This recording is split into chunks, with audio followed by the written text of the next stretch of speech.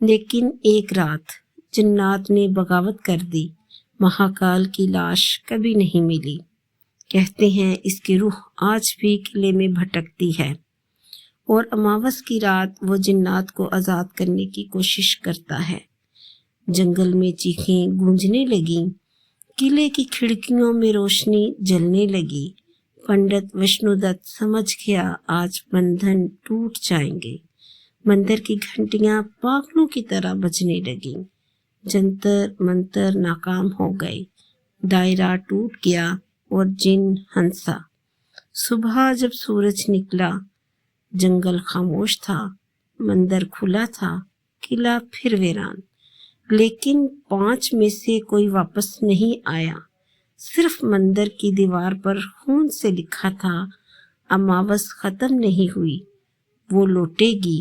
اور آج بھی جب اماوس کی رات ہوتی ہے، اس جنگل میں گھنٹیاں بجتی ہیں، اور جو سن لے وہ کبھی نہیں بچتا۔ اماوس کی رات ختم ہو چکی تھی، لیکن اس جنگل میں اندھیرا ختم نہیں ہوا تھا۔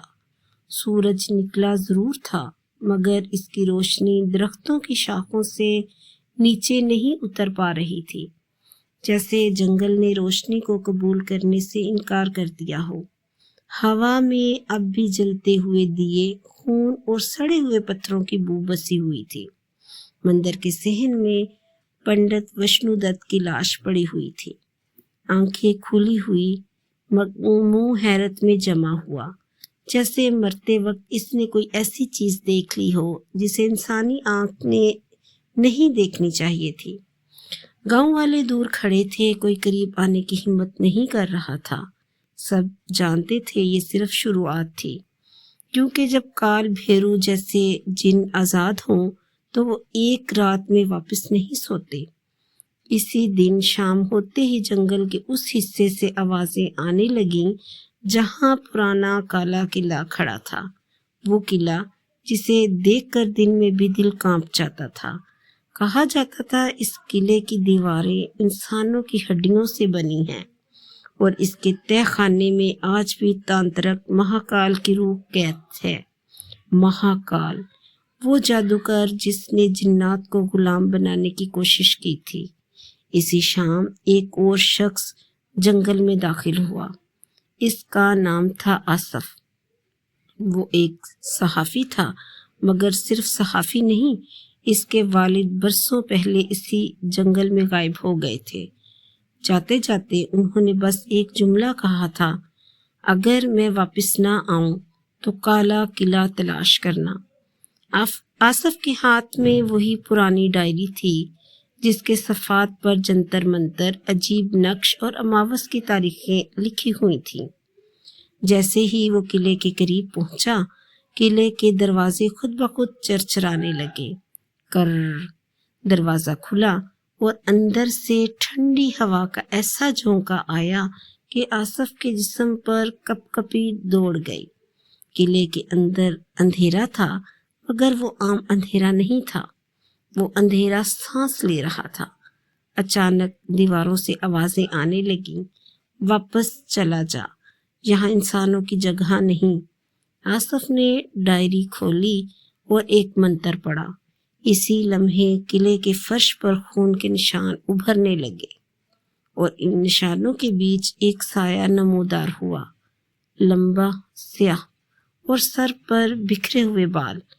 تانترک مہاکال، اس کی آواز قبر سے اٹھنے والی آواز جیسی تھی۔ تو بھی اس کی اولاد ہے نا جس نے مجھے دھوکہ دیا تھا؟ قلعہ ہنسنے لگا، دیواریں لرزنے لگیں۔ مہاکال نے کہا، اماوس کی رات میں نے دروازہ کھول دیا ہے، اب جنات رکیں گے نہیں۔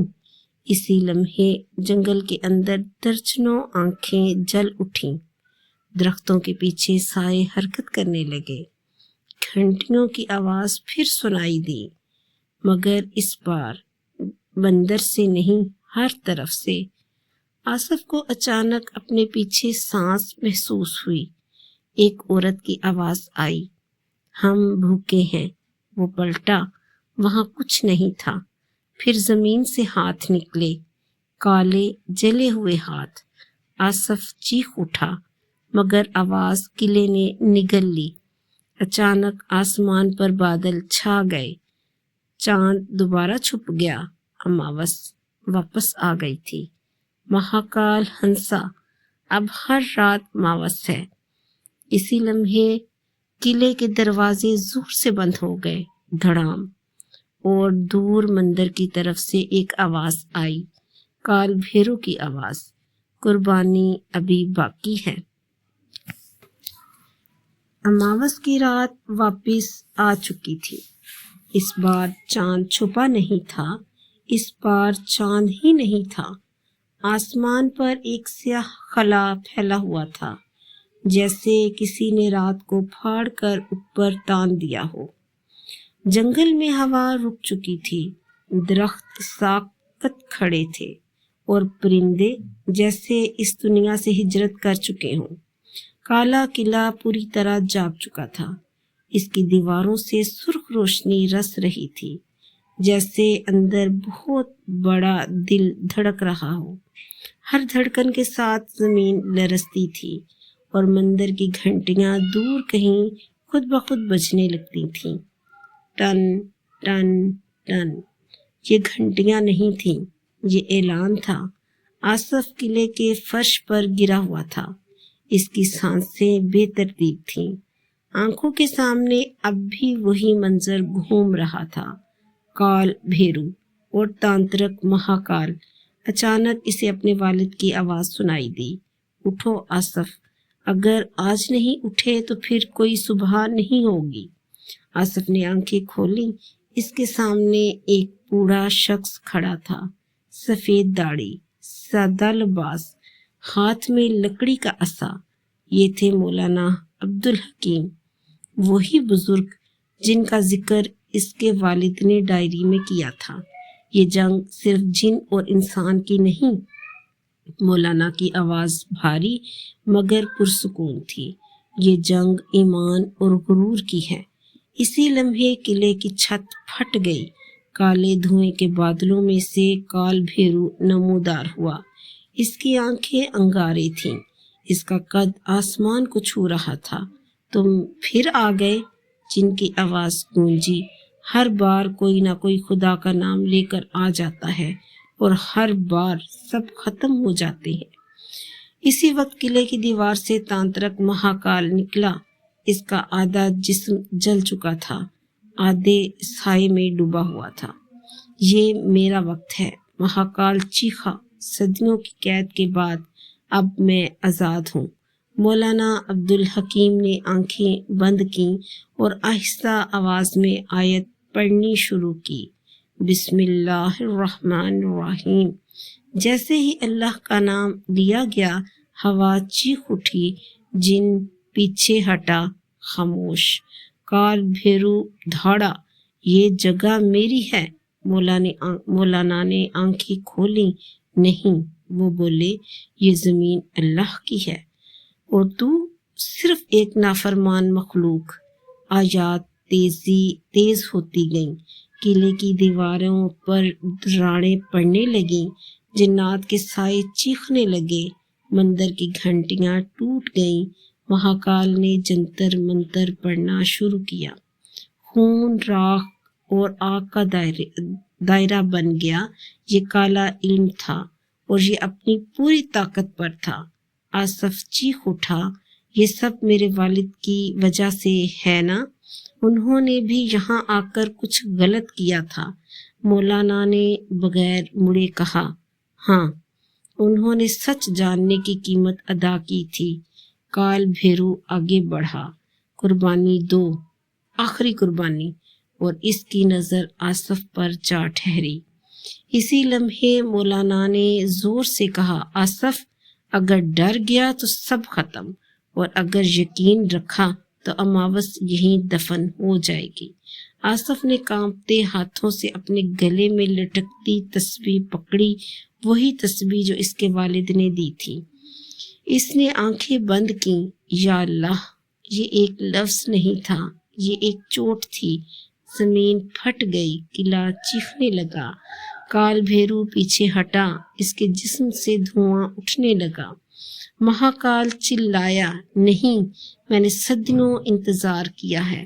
مولانا نے آخری آیت پڑھی، ایک زوردار دھماکہ ہوا، روشنی، اندھی روشنی، اور پھر خاموشی۔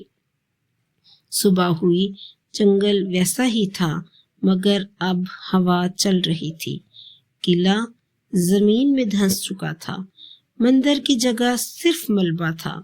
آصف اکیلا کھڑا تھا، اس کے ہاتھ میں تسبیح تھی اور آنکھوں میں آنسو۔ مولانا عبدالحکیم اب وہاں نہیں تھے۔ صرف زمین پر لکھی ایک آخری لائن تھی، اماوس کو ختم نہیں کیا جا سکتا، بس اگلی اماوس تک روکا جا سکتا ہے۔ آصف پلٹا اور دور جنگل میں کسی نے ہنسا، ہلکا سا، بہت ہلکا۔ جب اندھیرا واپس نہ آئے تو سمجھ لینا وہ کبھی گیا ہی نہیں تھا۔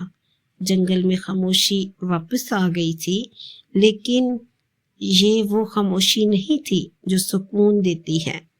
آصف ملبے کے درمیان کھڑا تھا، قلعہ ختم ہو چکا تھا، مندر مٹ چکا تھا، مگر ہوا میں اب بھی وہی بوجھ تھا۔ اس نے پیچھے مڑ کر دیکھا، کچھ نہیں تھا، مگر احساس تھا کہ کچھ ابھی بھی دیکھ رہا ہے۔ اسی لمحے جنگل کے اندر سے ایک ہلکی سی ہنسی سنائی دی، اتنی ہلکی اگر دل ڈرا ہوا نہ ہو تو سنی نہ جائے، اور زمین پر راکھ کے بیچ ایک آخری جملہ ابھرا، اماوس ہاری نہیں ہے، وہ بس انتظار کر رہی ہے۔ ہوا رک گئی اور کہانی یہیں ختم ہو گئی۔